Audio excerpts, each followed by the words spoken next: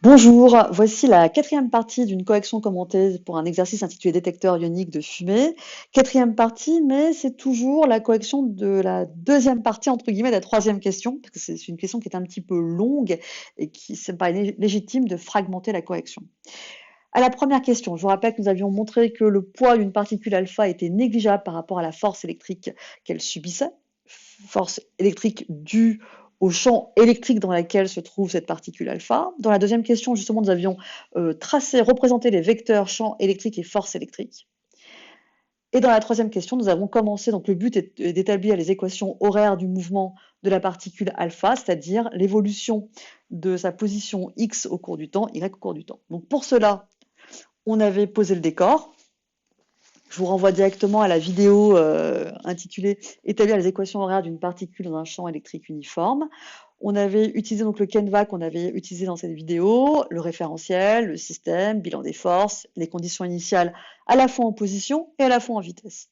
Alors, une fois qu'on avait établi ce décor, nous avions donc appliqué la deuxième loi de Newton. Il se trouve que le poids étant négligeable, la deuxième loi de Newton se limitait finalement plus qu'à une seule force qui est égale à une fois l'accélération. On projette deux fois cette relation selon les axes OX, OY, car a priori le mouvement est plan. Comment je sais qu'il est plan? Parce que x de t est non nul et y de t est non nul, hein, c'est ce qu'on me demande de prouver. Donc si vous avez une évolution de x au cours du temps et aussi une évolution de y au cours du temps, hein, si vous avez des expressions non nulles, c'est que finalement le mouvement il peut être décomposé selon x, selon y. La deuxième loi de Newton vous donne une expression de l'accélération, et pour arriver aux équations horaires x de t, y de t, il faut donc trouver les composantes du vecteur déplacement OI.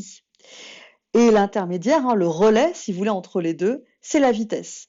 Alors, comment je passe du déplacement OI à la vitesse? On dérive. De la vitesse à l'accélération, on dérive, mais nous, on fait le chemin inverse. Donc, de l'accélération à la vitesse, on va chercher la primitive, de même du vecteur vitesse à OI.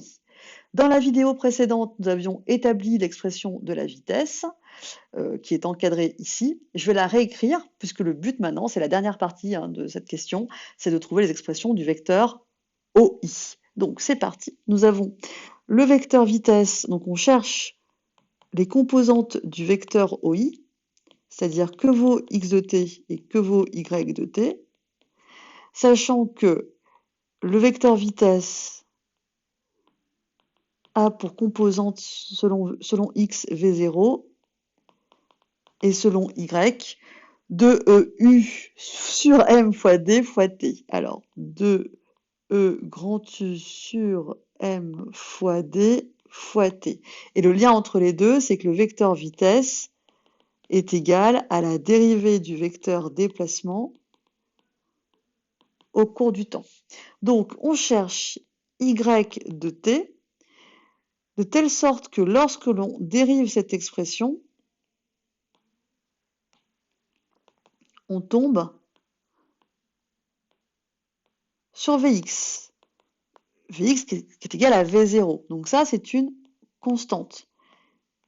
Et vous savez très bien que la primitive d'une constante, c'est k fois t plus une autre petite constante. Alors, j'ai déjà utilisé k1, k2, bon, on va l'appeler k3, d'accord?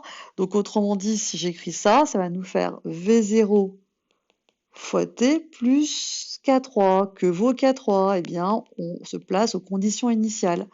Je prends l'expression que nous sommes en train d'établir, je remplace t par 0. 0 fois quelque chose, ça fait 0. Donc, d'après l'expression que je suis en train d'étudier, x à t égale 0, ça vaut k3. Maintenant, je regarde la condition initiale relative à la position de la particule alpha, c'est-à-dire, c'est ce qu'on avait établi au tout début, dans une vidéo précédente, à t égale 0, eh bien, la particule alpha se trouve à l'origine des axes. x0 vaut 0. Donc, je vous rappelle que x0, c'est une notation allégée pour dire c'est x de t égale 0. Le seul moyen pour que ces deux expressions, c'est-à-dire x à t égale 0 et celle-ci, soient identiques, c'est que k3 égale 0. Donc là, c'est top, ça veut dire que finalement, x de t égale v0 fois t.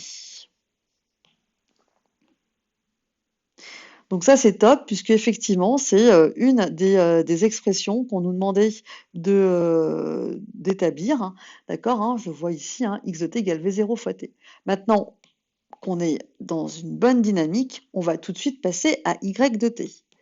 On cherche y de t de sorte que sa dérivée soit égale à vy de t, c'est-à-dire 2eu sur m fois d fois t. Ici, vous reconnaissez une constante. Ici, c'est comme si on a t puissance 1.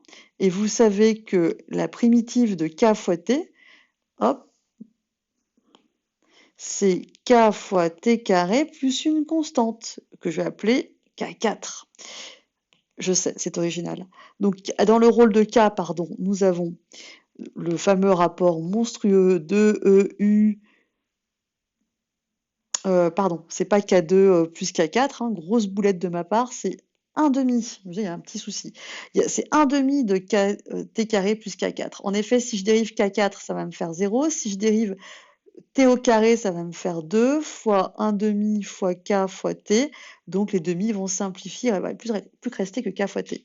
Donc, hop, désolé pour la petite boulette. Autrement dit, donc je réécris ceci, 1 demi fois k, donc c'est-à-dire ce que j'ai cerclé ici en rouge, de EU sur m fois d, fois t carré plus k4. Attention, pour trouver la constante k4, on se place, vous l'avez compris, à t égale 0. C'est parti. À t égale 0, y de t égale 0 égale 1 demi de 2EU sur m fois d fois 0 au carré plus k4. Quelque chose fois 0 au carré, ça fait 0, plus k4, et donc il reste k4.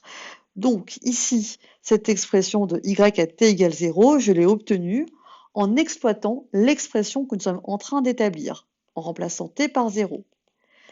De plus, l'énoncé me dit qu'à t égale 0, la particule alpha se trouve à l'origine du système d'axe. Donc y à t égale 0, ça vaut 0. Le seul moyen pour que ces deux expressions, celle-ci et celle-ci, soient identiques, c'est que k4 égale 0. Autrement dit, y de t égale 1 demi fois 2EU sur m fois d fois t carré. Cela ne vous a pas échappé qu'on peut simplifier par 2. Il vient donc que y de t égale e fois u sur m fois d fois t carré. Ah, c'est serré, hein, pour mince.